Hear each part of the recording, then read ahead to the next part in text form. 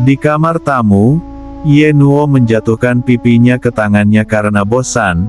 Matanya yang besar dan cerah bersinar seperti bintang di langit malam. Tiba-tiba penglihatannya membeku di tempat saat dia menatap heran pada gadis yang memasuki ruangan.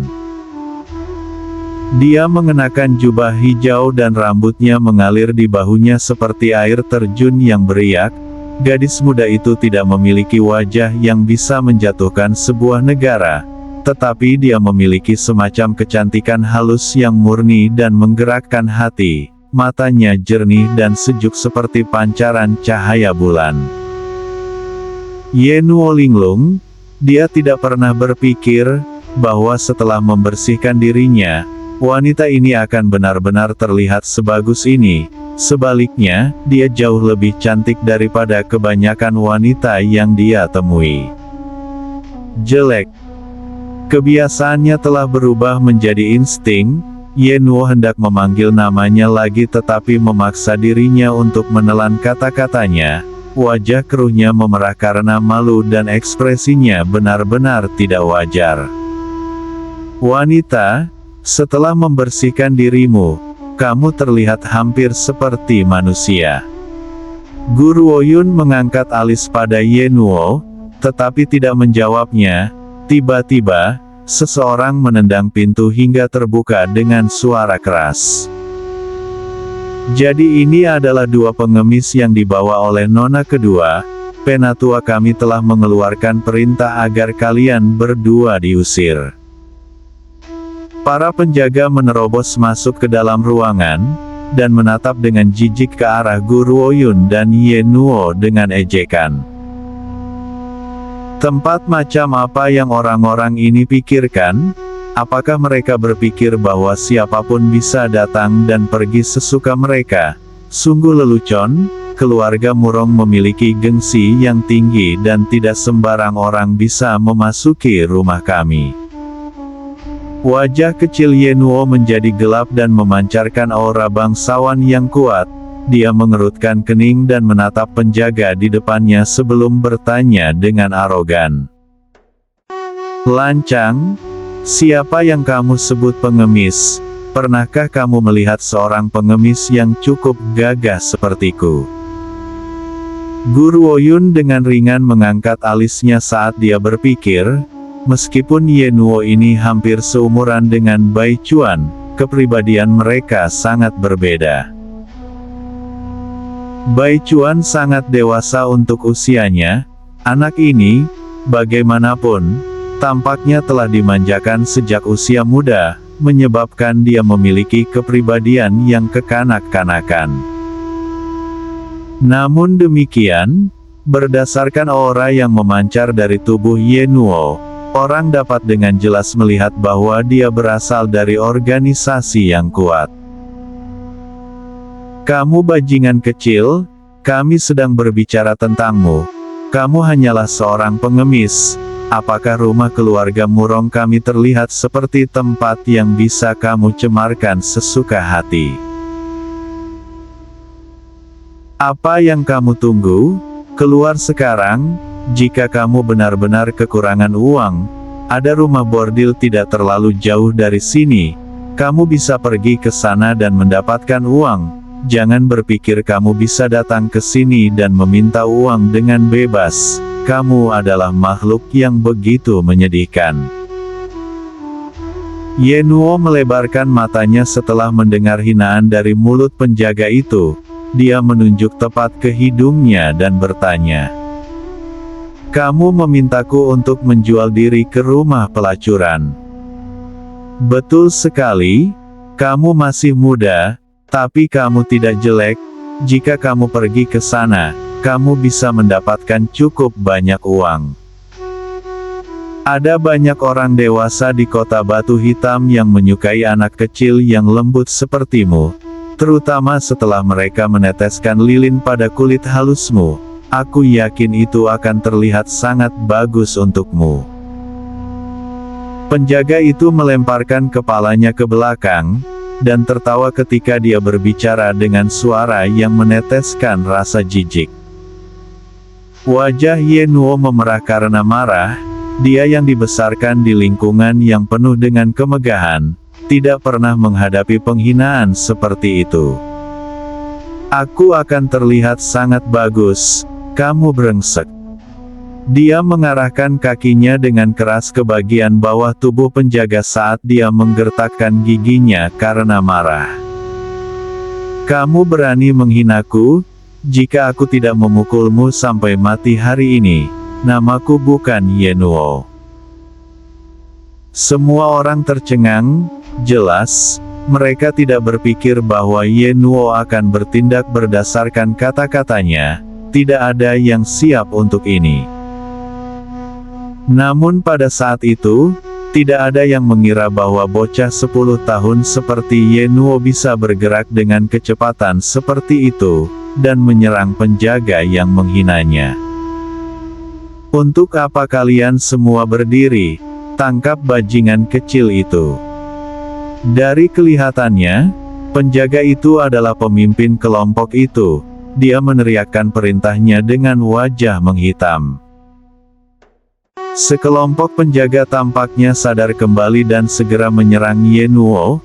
Meskipun kekuatan Yenuo di atas rata-rata di usianya yang masih muda, kelompok penjaga ini juga tidak bisa dianggap sebagai orang lemah. Dengan begitu banyak orang menyerbu ke arahnya, Yenuo melompat ketakutan. Saat dia mulai linglung, sebuah tangan terulur dari belakangnya. Para penjaga yang menyerang ke arahnya diterbangkan oleh angin kencang dan terbang menyingkir dengan suara benturan keras. Ada begitu banyak dari kalian namun kalian menindas seorang anak berusia 10 tahun. Ini tidak terlihat terlalu bagus untuk kalian, bukan? Gadis itu mengenakan jubah hijau, berdiri tegak di depan Yenuo dan melindunginya dari pandangan. Seperti pohon bambu yang sombong, ekspresinya tenang saat tatapannya yang jernih memperhatikan para penjaga yang jatuh. Pengawal Gu, kamu yang terbaik. Yenuo melompat kegirangan dan wajahnya memerah-merah muda dengan cara yang menggemaskan. Dia bahkan ingat untuk menarik wajah ke belakang Gu Ruoyun dan terkikik. Hina aku jika kamu berani. Maju dan lawan pengawal Guku jika kamu pikir kamu bisa. Pengawal Gu, kalahkan mereka sampai mati. Berikan semua yang kamu punya. Wajah para penjaga berubah menjadi warna jelek. Mereka bahkan tidak berhasil melihat serangan wanita itu. Ini berarti bahwa tingkat kekuatan wanita ini jauh melampaui mereka sendiri. Bukankah Penatua R mengatakan bahwa dia hanyalah seorang pengemis biasa? Bagaimana mungkin seorang pengemis memiliki kemampuan yang begitu kuat? Mereka bertanya-tanya. Kamu, laporkan ini kepada Penatua R dengan cepat. Penjaga yang melontarkan hinaan pada Yenuo angkat bicara. Salah satu penjaga segera bergegas pergi. Dia berlari seolah hidupnya bergantung padanya. Yenuo, ayo pergi. Gu Ruoyun dengan ringan mengangkat kepalanya dan berbicara dengan suara tenang. Yenuo tidak mengatakan apa-apa lagi dan mengikuti Gu Ruoyun saat dia pergi, menempel sangat erat di sisinya. Dia membusungkan dadanya dan berjalan dengan angkuh keluar dari pintu. Tidak ada penjaga lain yang berani menghentikan mereka, membiarkan mereka meninggalkan ruangan tanpa insiden lebih lanjut.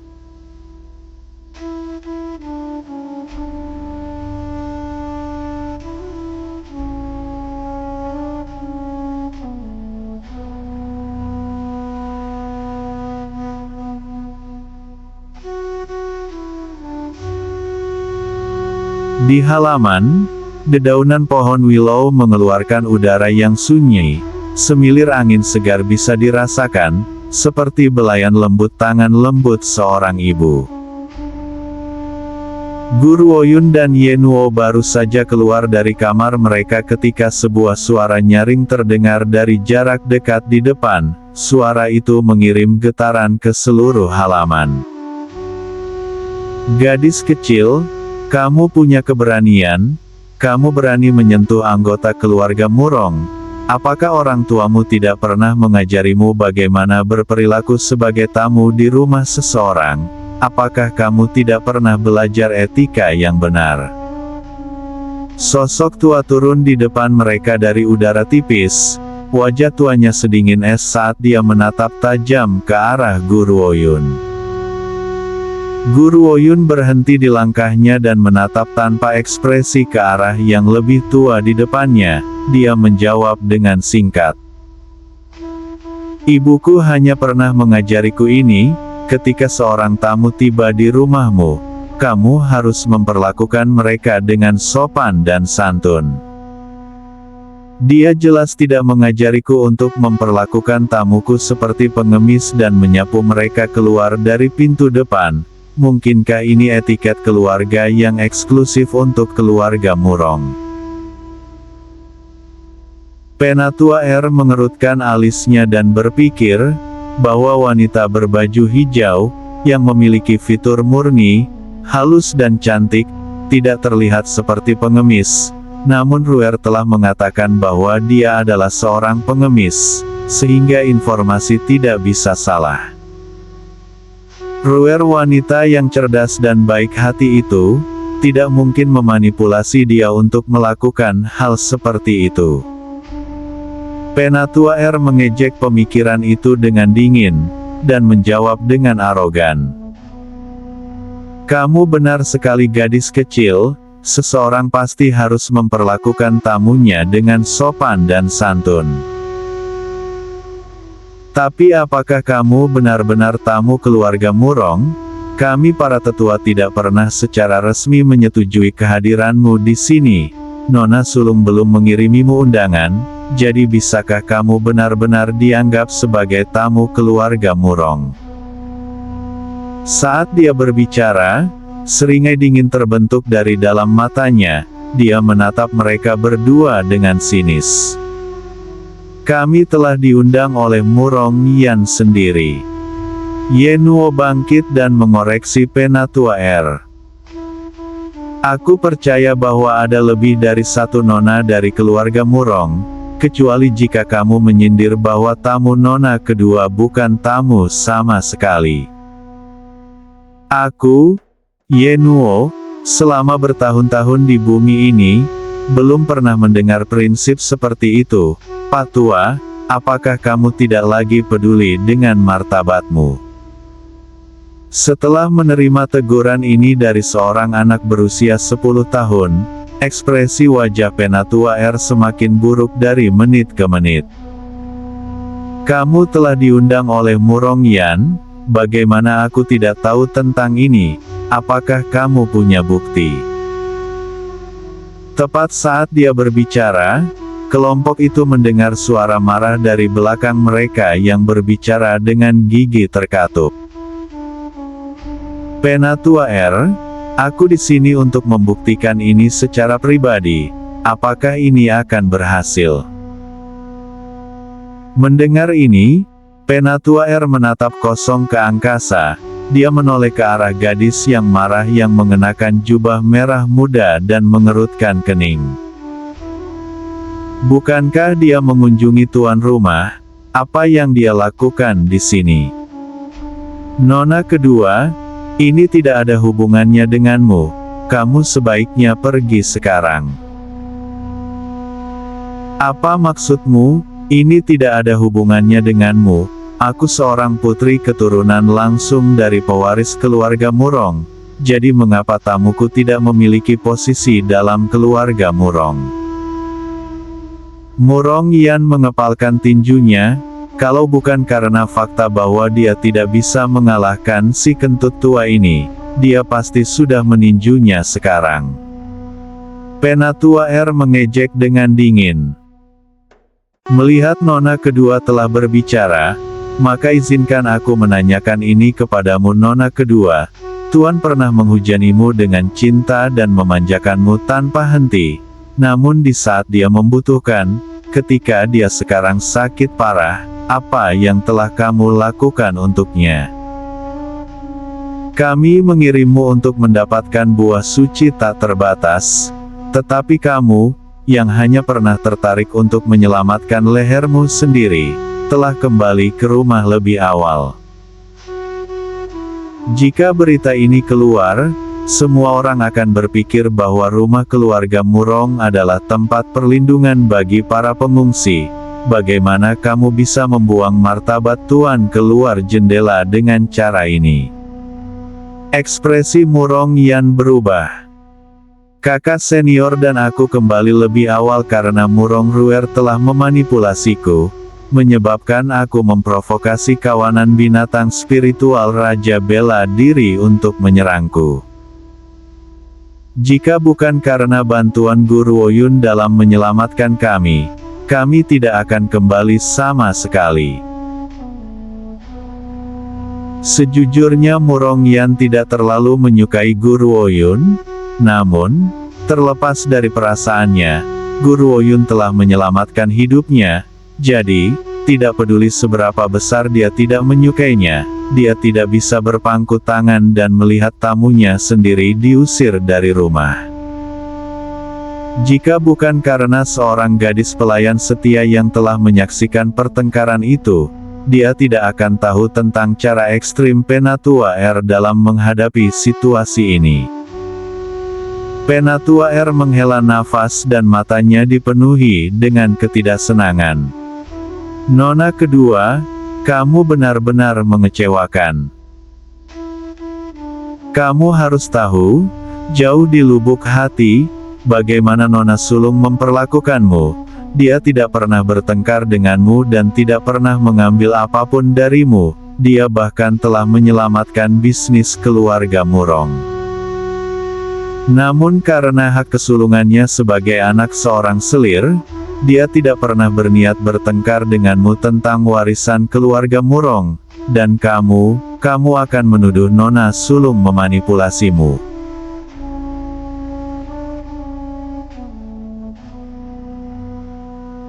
Nona Sulung tidak hanya memiliki kecerdasan melebihi orang lain tetapi juga baik, dia bahkan tidak akan menyakiti semut.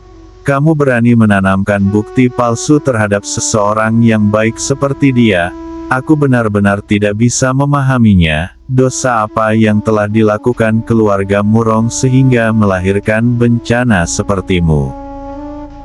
Wajah Penatua R sekarang meratap dengan kesedihan. Dia benar-benar kecewa dengan idiot ini. Pertama, aku berpikir bahwa dia hanyalah seorang gadis dengan pegunungan bersalju besar tetapi tidak memiliki otak. Namun sekarang, aku baru tahu bahwa dia juga wanita jahat. Dia akan berani menanamkan bukti palsu terhadap saudara perempuannya sendiri dengan mengklaim bahwa Nona Sulung berkomplot melawannya. Bagaimana ini bisa terjadi? Bahkan jika dia mengarahkan pedangnya ke Nona Sulung tidak akan pernah melukai sehelai rambut pun di kepalanya yang tidak berotak itu.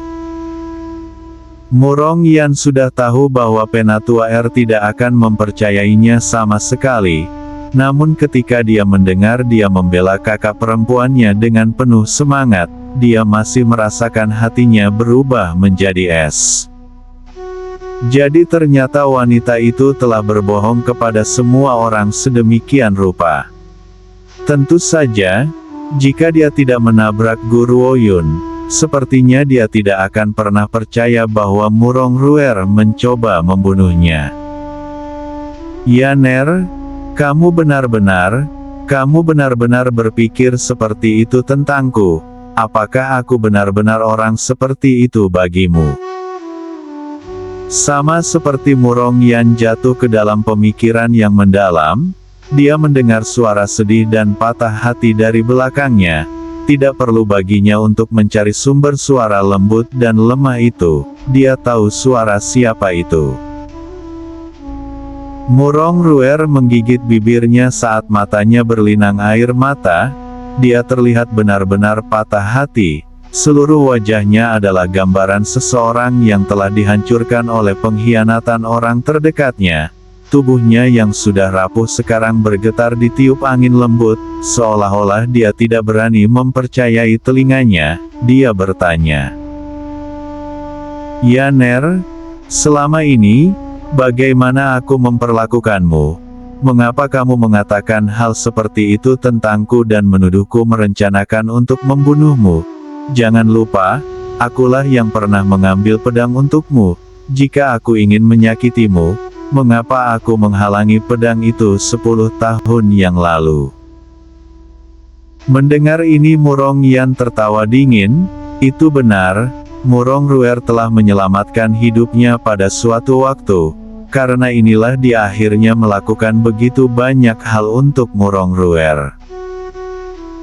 Tapi sekarang dia memikirkannya, tindakan Murong Ruer sebelumnya hanya untuk memanipulasi dirinya. Kalau tidak, bagaimana mungkin dia, yang dulunya tidak lebih dari tidak berguna, mencapai pijakan yang begitu besar di keluarga Murong. Sekarang dia telah berhasil mempengaruhi semua orang di keluarga Murong, jadi, batu loncatan belaka, seperti Murong Yan sendiri, bisa dengan mudah ditendang ke samping. Hal yang paling lucu adalah, selama bertahun-tahun, dia selalu begitu dekat denganku. Melihat wajah Murong Ruer yang berlinang air mata, Penatua R menimpali dengan tidak setuju. "Nona Sulung, kamu tidak perlu mengatakan apa-apa lagi, aku percaya pada siapa kamu sebenarnya." Saat Nona kedua menyemburkan klaim seperti itu, dia harus dikirim ke ruang penyiksaan. Biarkan penjaga menyelidiki kebenaran masalah ini. Jika ini benar-benar fitnah, maka dia harus dihukum berat. Wajah Murong Ruer pucat pasi saat dia dengan cepat menyela. "Jangan, Yaner jelas telah disihir oleh orang lain, dia tidak melakukan kesalahan apapun. Melemparnya ke ruang penyiksaan terlalu kejam, bagaimana aku bisa menanggungnya?" Penatua R menghela nafas dan menjawab tanpa daya. "Nona kedua, Nona Sulung selalu memikirkan kebaikanmu sendiri, namun kamu akan memilih untuk mendengarkan fitnah orang lain daripada mempercayai saudara perempuanmu sendiri.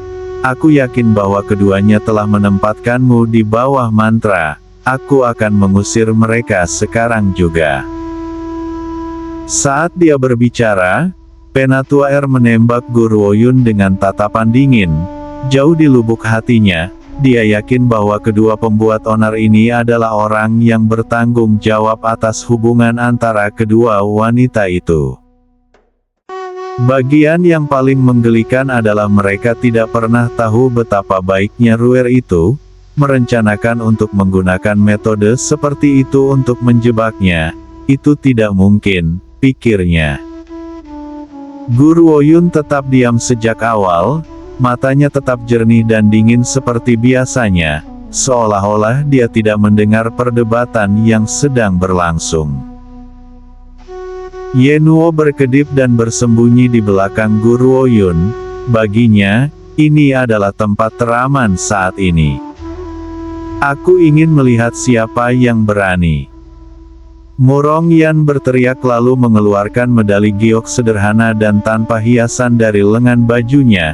Dia menyapu pandangannya yang tajam ke setiap wajah di depannya. "Segel Tuan ada di depanmu, aku ingin melihat siapa yang berani mengusirnya." Ekspresi Penatua R berubah seketika. Tuan telah memberikan segelnya kepada Murong Yan, namun kantor tetua bahkan belum menerima berita tentang ini. Apa yang dimiliki si idiot ini sehingga dia bisa mendapatkan hak untuk mengatur seluruh rumah tangga Murong? Tentu saja, Penatua R tidak mencurigai Murong Yan mencuri segel. Bagaimanapun, segel hanya akan mengenali tuan keluarga sebagai tuannya. Hanya ketika telah diturunkan ke tuan rumah berikutnya, kontrak itu akan dibubarkan, tetapi tidak ada yang menyangka bahwa tuan telah memutuskan untuk memilih si idiot ini sebagai ahli warisnya sejak lama. Segel Tuan, ini, bagaimana bisa? Murong Ruer menutup mulutnya, dan tersandung beberapa langkah ke belakang saat tubuhnya yang lemah bergetar sedikit. Orang yang akan mewarisi keluarga Murong adalah Murong Yan, yang juga berarti bahwa kerja kerasku selama bertahun-tahun telah sia-sia. Tidak, aku tidak bisa menerima ini. Wanita itu, Murong Yan, tidak berhak duduk di posisi itu. Sebuah cahaya menyeramkan melintas sebentar di mata Murong Ruer sebelum dia dengan cepat kembali ke fasadnya yang biasa. Namun dia tidak bisa membantu tetapi mengepalkan tangannya, matanya yang indah tertuju pada Murong Yan yang memegang segel di tangannya.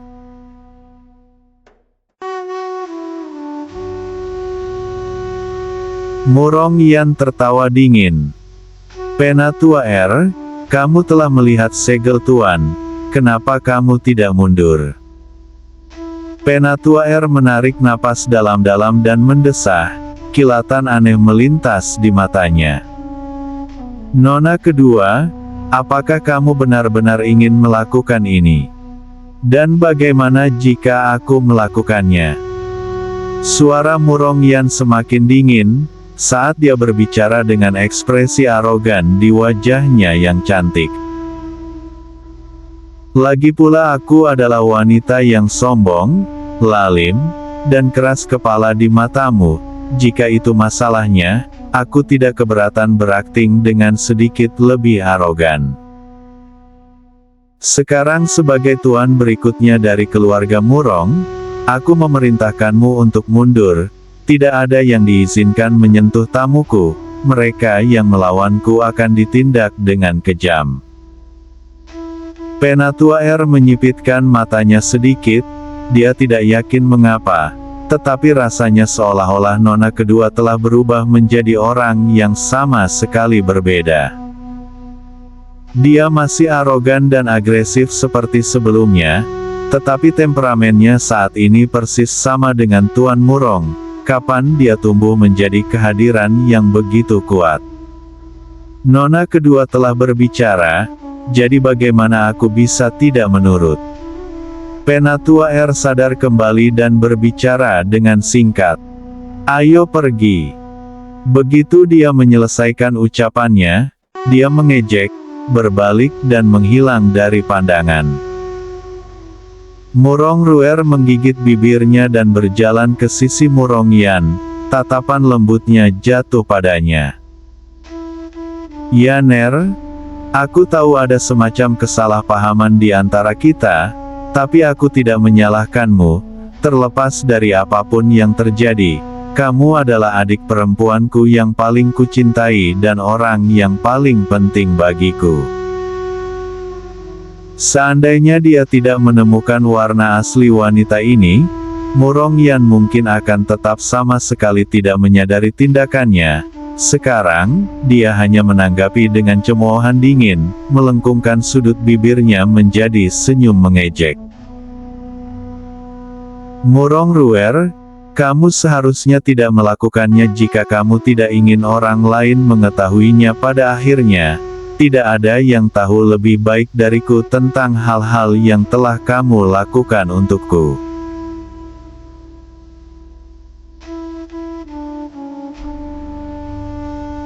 Meski begitu, apakah kamu pernah mempertimbangkan berapa banyak aku telah bekerja untukmu? Demi posisimu, aku rela membiarkan diriku dicap sebagai idiot.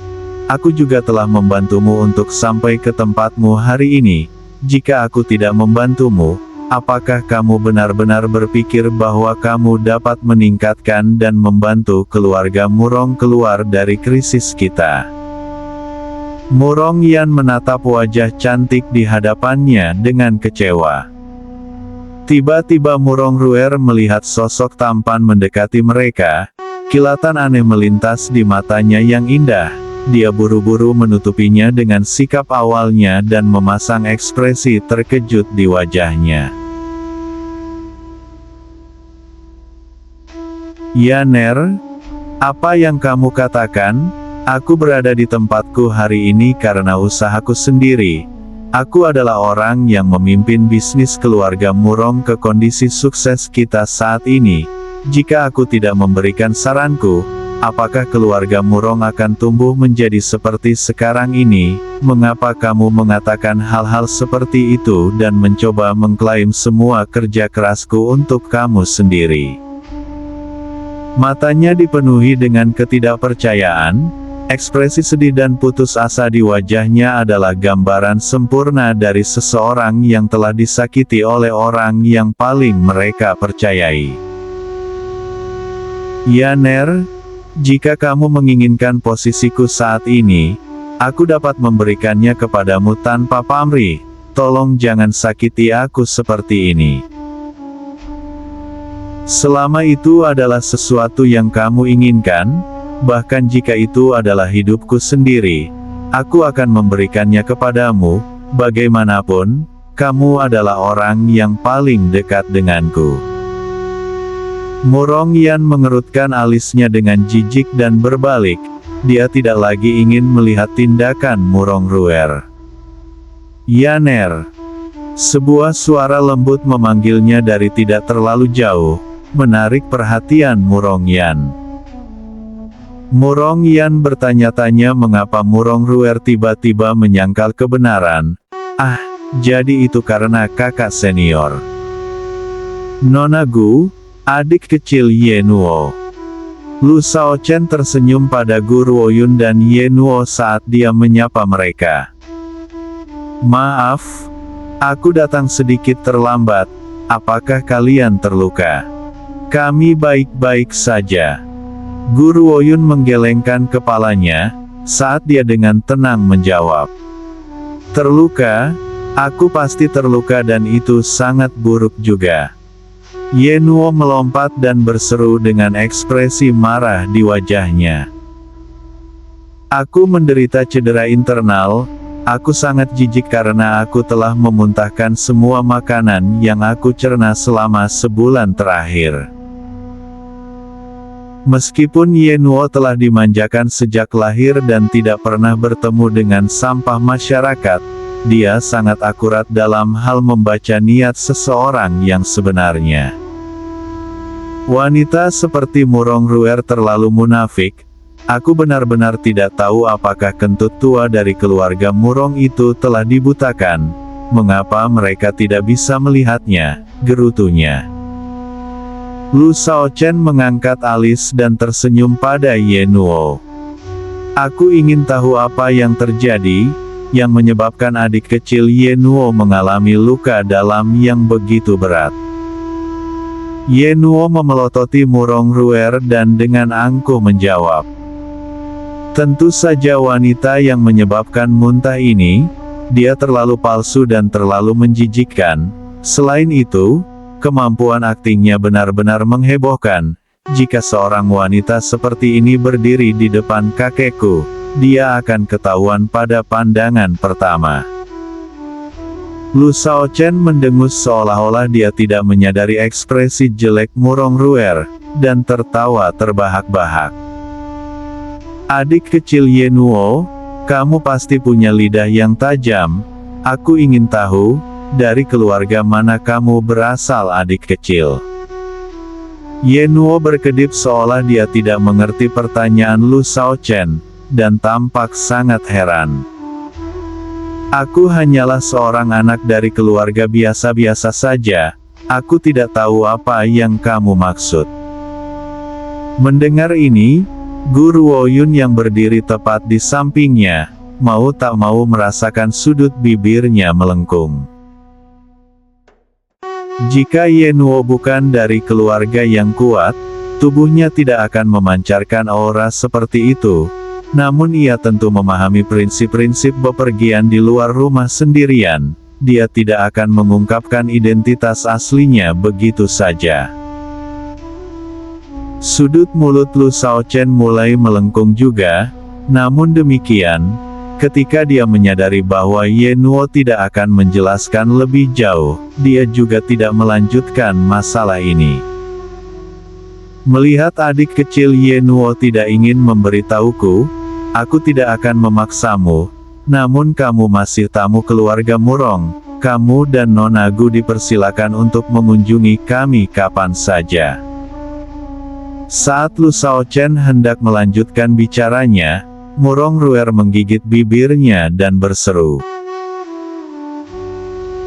Kakak Lu, aku benar-benar tidak tahu apa kesalahanku. Adik laki-laki ini telah mempermalukanku sedemikian rupa.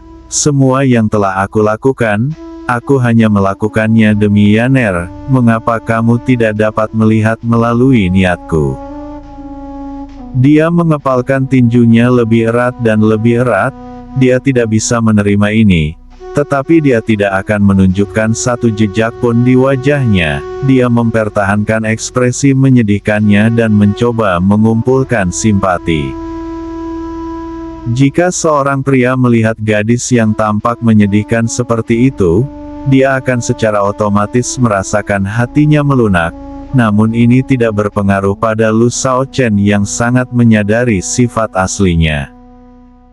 Dia anak berusia 10 tahun, kata-kata seorang anak tidak ada salahnya, jadi mengapa harus kalkulatif dengan dia?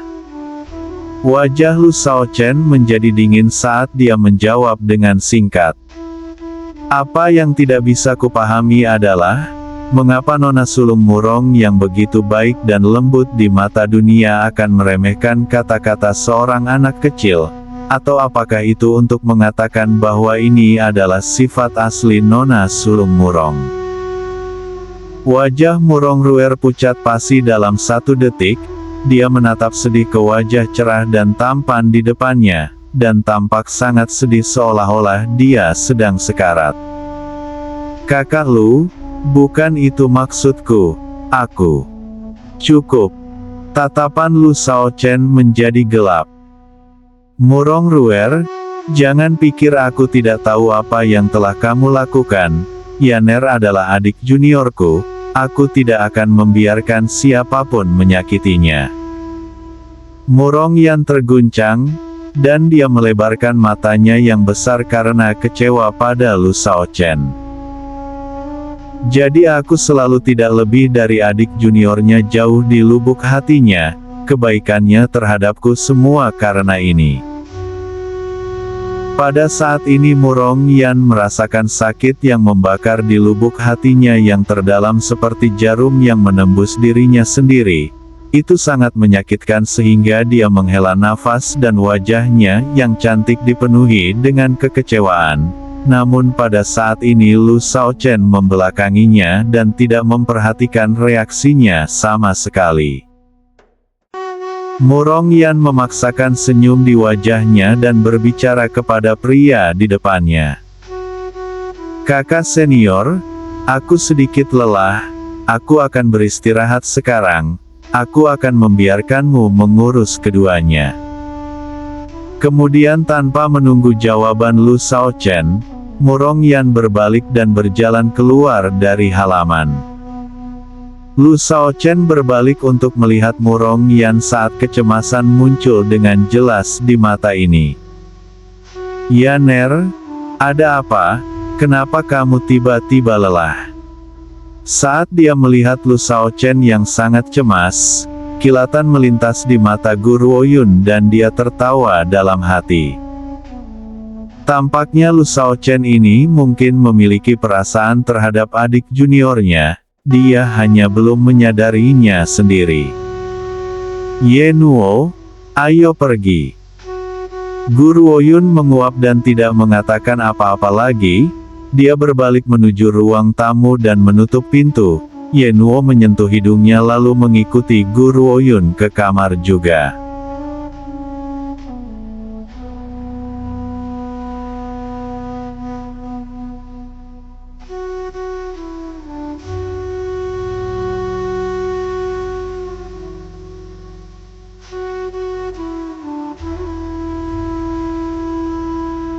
Saat itu malam tiba dan cahaya bulan bersinar seperti air jernih.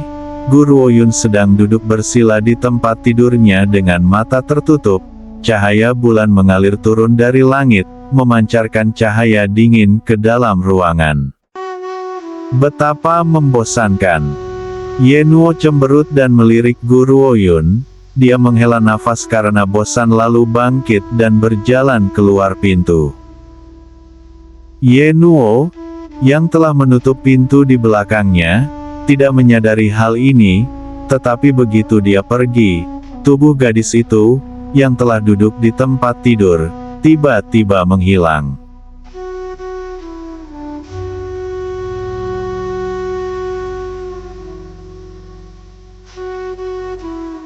Di pagoda ilahi kuno, berdiri di depan kuali, Guru Oyun tampak terperangah. Tatapannya perlahan jatuh pada pria tampan dan iblis di depannya saat dia bertanya. Zixi, apa artinya ini?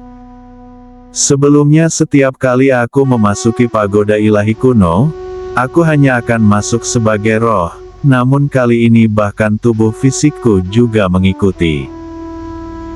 Zixi memandang Guru Oyun sekali dan jelas menebak apa yang dia pikirkan. Dia tersenyum setan. Karena peningkatan kekuatanku, kamu sekarang dapat memasuki pagoda ilahi kuno sepenuhnya. Gadis kecil, ada semacam kekuatan di tanah yang dibuang. Kekuatan ini telah mencegahku meninggalkan pagoda ilahi kuno. Untung kamu masih bisa masuk. Selain itu, terobosanku dalam kekuatan telah memungkinkan tubuh fisikmu untuk memasuki pagoda ilahi kuno juga. Jadi jika kamu dihadapkan dengan musuh yang tidak dapat kamu kalahkan, kamu dapat melarikan diri melalui pagoda ilahi kuno. Guru Oyun mengangguk dengan lembut. Zixi, aku ingin melihat Xiao Ye. Zixi sedikit terkejut sebelum dia mengangguk. Aku telah menempatkan dia di sebuah ruangan, kamu bisa pergi menemuinya. Tidak ada yang melihat kilatan cepat perasaan kompleks di mata Zixi yang pergi secepat ia datang, tapi dia tidak menghentikan Guru Oyun, dia tidak akan pernah menghentikannya dalam melakukan apapun yang dia ingin lakukan, dia hanya akan melakukan semua yang dia bisa untuk membantunya.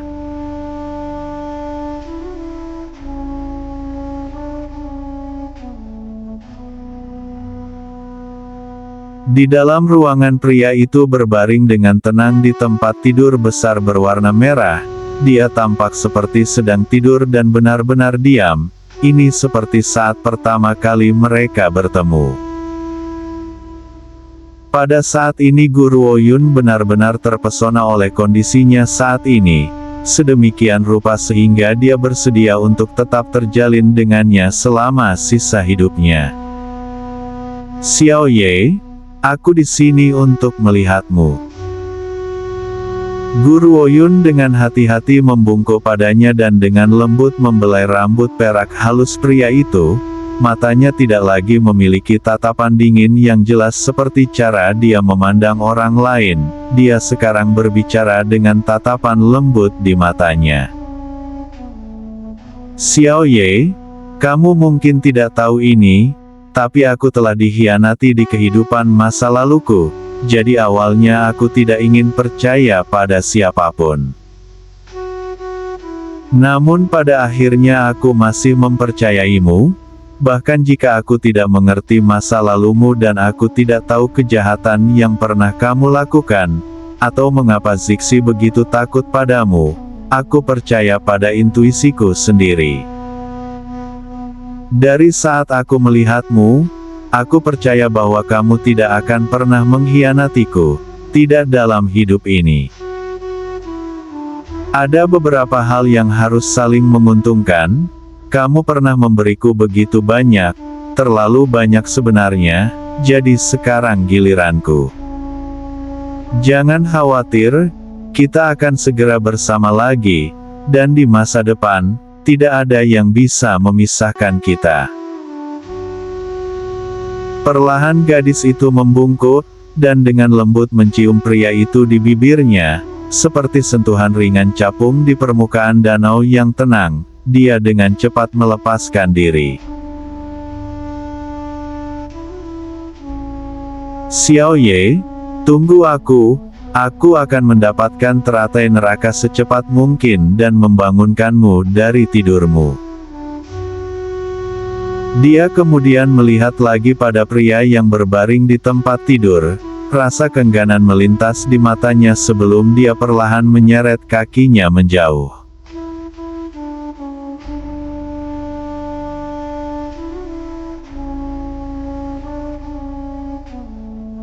Di luar pintu, Zixi menatapnya dengan ekspresi rumit di wajahnya. Setelah jeda yang lama, dia bertanya, "Gadis kecil, karena situasi di tanah yang dibuang, aku tidak akan dapat meninggalkan pagoda ilahi kuno.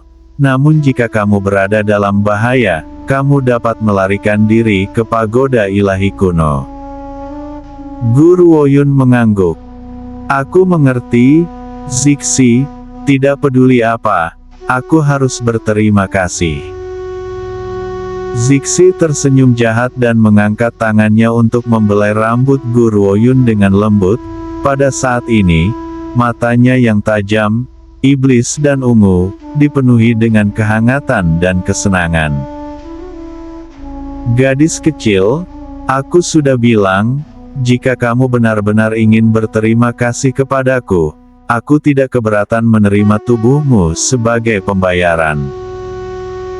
Aku mungkin binatang iblis, tetapi jika kita berlatih sampai akhir, kamu dan aku dapat bergabung bersama." Guru Woyun terkejut, dia mengangkat bahunya dengan kesal. "Zixi, apa menurutmu aku ingin bercanda denganmu di saat seperti ini?" Zixi mengambil 2 langkah lebih dekat ke arah Guru Woyun. Ekspresinya tidak lagi menahan aura iblis awalnya. Mata ungunya menatap wajah halus dan cantik di hadapannya dengan sangat serius. "Gadis kecil, apakah kamu benar-benar berpikir bahwa aku bercanda?" Guru Woyun belum pernah melihat Zixi dalam keadaan yang begitu serius. Dia jelas melompat dari keterkejutan. Dia mengangkat kepalanya dengan bingung dan menatap kosong ke arah Zixi. Di tengah kebingungannya atas situasi ini, tawa lembut terdengar keras. Zixi melengkungkan bibirnya lagi dan tertawa jahat. "Apa gadis kecil, apakah aku menakut-nakutimu? Baiklah, baiklah. Aku tidak akan memaksamu." Mendengar ini Guru Woyun merasa lega dan dia tersenyum. Tatapannya tidak pernah lepas dari pria iblis yang tampak setampan roh jahat mitologis. "Zixi, kamu akan selalu menjadi pendampingku dan orang yang bisa kupercaya sepenuhnya." Pria ini adalah satu-satunya orang yang telah melihatnya di kehidupan masa lalunya dan mengikutinya ke kehidupannya saat ini. Dia selalu berada di sisinya sejak hari-harinya sebagai orang lemah, menyaksikannya tumbuh lebih kuat dan lebih kuat setiap hari. Pada akhirnya, dia juga satu-satunya di seluruh dunia ini yang paling memahaminya. Dalam kehidupan ini dia cukup diberkati. Tidak hanya dia memiliki Xiao Ye, seorang pendamping yang telah menjanjikan hidupnya padanya, dia memiliki seorang kawan yang bisa bertarung dengannya menuju puncak seluruh dunia. Zixi tersenyum dan mengacak-acak rambut Guru Woyun. "Karena kamu adalah tuan terkontrakku, tanggung jawabku adalah untuk melihatmu tumbuh dan tinggal di sisimu. Jadi apapun yang aku lakukan, kamu tidak perlu berterima kasih kepadaku, karena inilah yang seharusnya aku lakukan." Guru Woyun tersenyum lembut. "Baiklah, lain kali aku tidak akan berterima kasih lagi. Karena mulai sekarang, aku akan membuktikan kepercayaanku kepadanya melalui tindakanku sendiri."